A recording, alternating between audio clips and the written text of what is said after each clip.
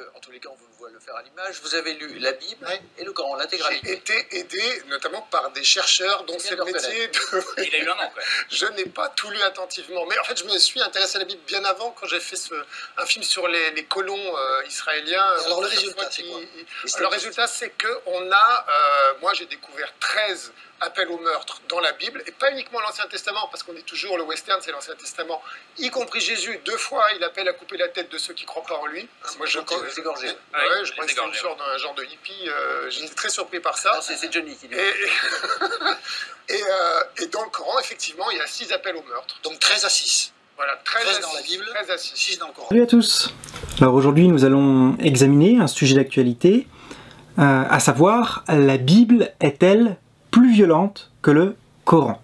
Ça pourrait paraître surprenant, mais oui, c'est bien une question d'actualité, car depuis plusieurs jours, un certain nombre de médias internet, comme par exemple 20 minutes, Les Inrocks, Metro News ou encore La Tribune de Genève, en parlent. Donc c'est un sujet d'actualité. Et certains médias rapportent l'histoire d'un ingénieur qui aurait prouvé scientifiquement le fait que la Bible est en réalité plus violente que le Coran. Alors on peut se poser 2 questions au moins, à savoir quelle méthode a été utilisée pour tirer cette conclusion, et puis deuxièmement, est-ce que cette méthode est vraiment valable?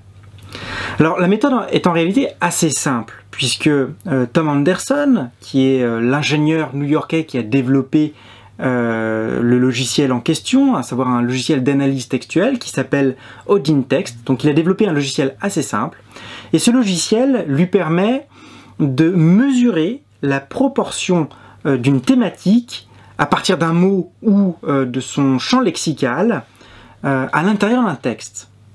Et Tom Anderson a ainsi fait analyser à la fois l'Ancien Testament, mais aussi le Nouveau Testament et le Coran par son logiciel. Et il a notamment comparé la présence d'émotions humaines telles que la joie, l'attente, la colère, le dégoût, la tristesse, la surprise, la peur ou encore la confiance. Et le résultat de son analyse, c'est que la Bible parle davantage de la colère, tandis que le Coran, lui, parlerait davantage de la joie. Alors en réalité, lorsqu'on regarde d'un peu plus près les résultats, la conclusion semble erronée.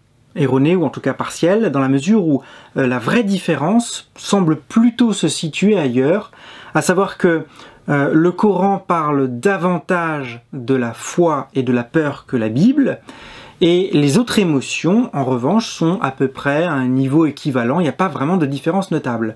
Donc, au final, il semblerait que le Coran parle un peu plus que la Bible de la foi et de la peur, mais il n'y a pas d'autres différences réelles. Alors, Tom Anderson est allé un peu plus loin. Il a pris des mots, comme par exemple le mot meurtre et le mot destruction, ainsi que le mot ennemi, afin de comparer ce mot dans les différents textes. Quelle est la présence de ces mots dans les différents textes? Eh bien, quand on regarde le mot meurtre et le mot destruction, eh bien, ils constituent 2,1% du Coran, contre 2,8% du Nouveau Testament et carrément 5,3% de l'Ancien Testament, soit le double du Coran. Donc les mots meurtre et les mots destruction seraient 2 fois plus présents dans l'Ancien Testament que dans le Coran. Quant au mot ennemi, eh bien quand on analyse le mot ennemi, il est présent à 0,7% dans le Coran, un tout petit peu plus que dans le Nouveau Testament où il n'est présent qu'à 0,5%, mais il est surtout présent 2 fois moins dans le Coran que dans l'Ancien Testament où sa présence s'élève au niveau, à la hauteur de 1,8% du texte. Alors à l'inverse, quand on regarde des mots un peu plus positifs, comme par exemple le mot pardon, eh bien le mot pardon est présent dans le Coran à hauteur de 6,3% du texte, soit le double du Nouveau Testament où il n'est présent qu'à 2,9% et quasiment 10 fois plus que l'Ancien Testament où il n'est présent qu'à 0,7%. Alors d'après Tom Anderson, son analyse tord carrément le cou à une opinion commune, à savoir que la Bible serait effectivement plus violente que le Coran. Gebeurtenissen in Parijs en de associatie tussen ISIS en de islam ligt het islamitische geloof steeds vaker onder vuur. Zo worden moslims ervan beschuldigd dat hun geloof niet aansluit op onze westerse idealen. Maar hoe zit het dan eigenlijk met het christendom? Het geloof waarop onze cultuur grotendeels gebouwd is. Een vrouw moet zich laten onderwijzen in stilheid, in alle onderdanigheid. Volgens dit hele boek is de vrouw in principe onderdanig. Voor dit experiment hebben we een Bijbel gekocht en deze omgetoverd tot een Koran. Hierin hebben we schokkende passages gehighlight die sterk in contrast staan met onze westerse normen en waarden. Eens kijken wat er gebeurt als we de citaten uit de Bijbel voorleggen aan de mensen op straat, maar ze in de veronderstelling laten dat ze uit de Koran komen. Als u mijn verordeningen verwerpt en als uw ziel van mijn bepalingen walgt, u zult dan het vlees van uw eigen zonen eten en het vlees van uw eigen dochters zult u eten. Want ik sta niet toe dat een vrouw onderwijs geeft. Dan moet u haar hand afhakken. Laat uw oog haar niet ontzien. Wanneer een man met een andere man slaapt, zij moeten zeker tot de dood gebracht worden. Wat is jullie eerste reactie? Klinkt echt belachelijk. Nou, ik wist eigenlijk helemaal niet dat dit ook erin stond. Hoe kan je hierin geloven? Ongelooflijk vind ik dat eigenlijk. Handen afhakken en zo, ja, zo zijn zij blijkbaar, maar ik... Als je vanaf je geboorte al zo wordt opgevoed met zulke gedachten, dan ga je toch op een bepaalde manier denken. Dit komt over alsof ze weer willen onderdrukken en willen onderwerpen aan hun geloof. Die vrouw wil helpen en als dank wordt de hand afgehakt, dus... Ja, zo is het. Ja. Dat is niet goed, hè? Nee.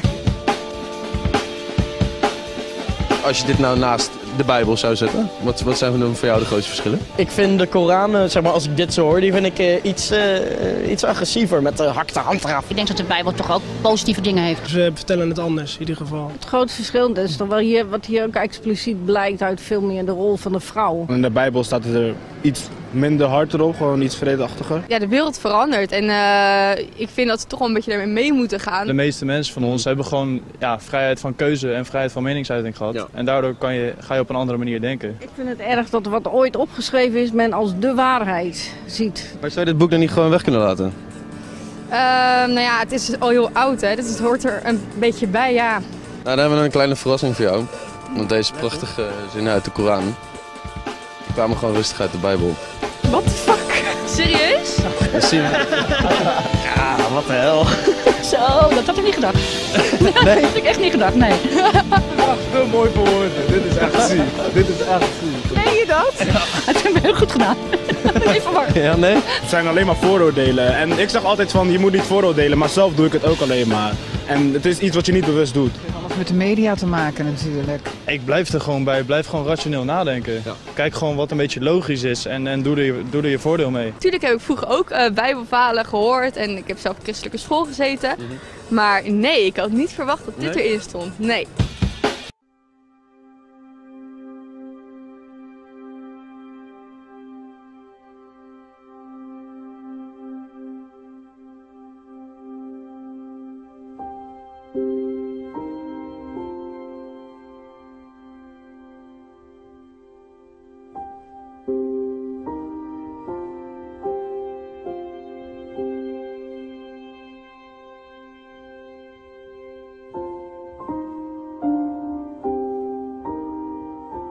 And if this country is going to insist on banning the Bible, then I think it's time for our country to respond and say, listen, you want to ban the Bible?